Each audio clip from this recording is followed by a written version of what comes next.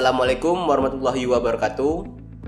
Perkenalkan, nama saya Susilo Ragil Setiawan dengan nomor NIM 22050200020. Saya dari Prodi Ilmu Administrasi Negara.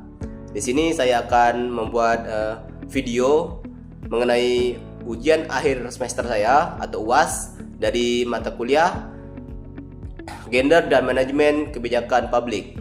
Di sini saya akan buat video analisis dari artikel yang telah saya buat dengan judul Analisis Program Penguatan Pembangunan Responsif Gender dalam RPJMD Kabupaten Boyolali tahun 2025 sampai 2029. Baik, untuk tidak memperpanjang waktu, saya akan langsung menjelaskannya.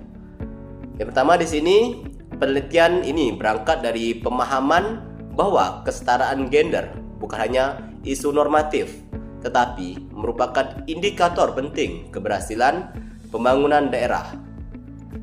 Ketimpangan gender dapat berdampak langsung terhadap kualitas sumber daya manusia, efektivitas kebijakan publik, serta keadilan dalam distribusi manfaat pembangunan.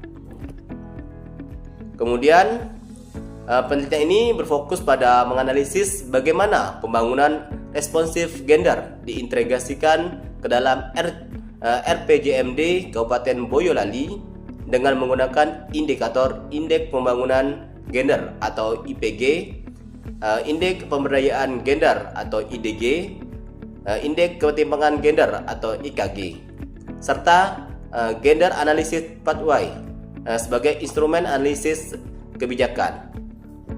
Kemudian di bagian urgensi dari penelitian ini, yaitu dalam konteks pembangunan daerah, isu gender seringkali telah diakui dalam dokumen perencanaan, namun belum sepenuhnya diimplementasikan secara operasional.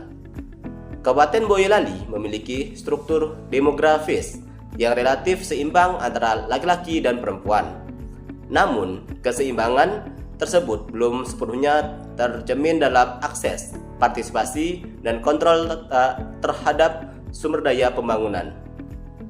Kemudian untuk RPJMD sebagai dokumen strategis, 5 tahun memiliki peran penting dalam menerjemahkan visi politik kepada daerah ke dalam kebijakan dan program pembangunan.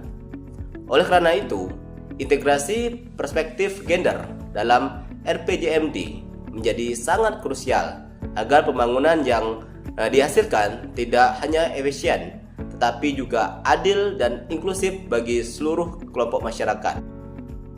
Baik, untuk hasil dari penelitian ini menganalisis 3 indikator pembangunan responsif gender, yaitu yang pertama ada Indeks Pembangunan Gender atau IPG, yang kedua ada Indeks Pemberdayaan Gender atau IDG, dan yang ketiga ada Indeks Ketimpangan Gender atau IKG.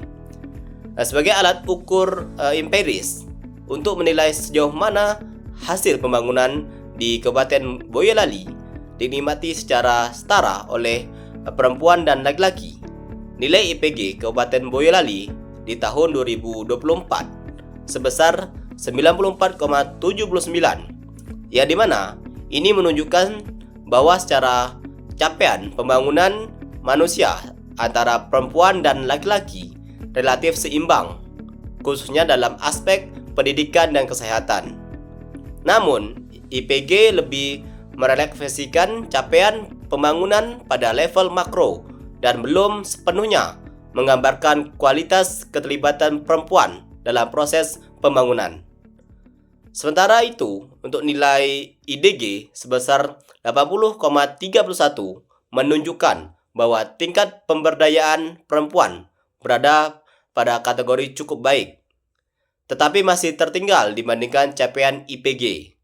Hal ini mengindikasikan bahwa meskipun akses terhadap layanan dasar relatif setara, partisipasi perempuan dalam pengambilan keputusan dan aktivitas ekonomi strategis masih terbatas. Di sini ada pun nilai dari IKG sebesar 0,230, yang dimana ini menunjukkan bahwa ketimpangan gender masih menimbulkan kerugian pembangunan, terutama dalam aspek pemberdayaan dan partisipasi perempuan di pasar tenaga kerja. Temuan ini menegaskan bahwa kesetaraan gender secara substantif masih memerlukan penguatan kebijakan yang lebih responsif dan operasional. Baik, untuk kesimpulan dari penelitian ini, yaitu RPJMD Kabupaten Boyolali tahun 2025 sampai 2029 telah menunjukkan komitmen terhadap pembangunan responsif gender melalui integrasi indikator IPG, IDG, dan IKG, serta pendekatan pengaruh utamaan gender. Namun, masih terdapat kesenjangan antara komitmen, kebijakan, dan implementasi program.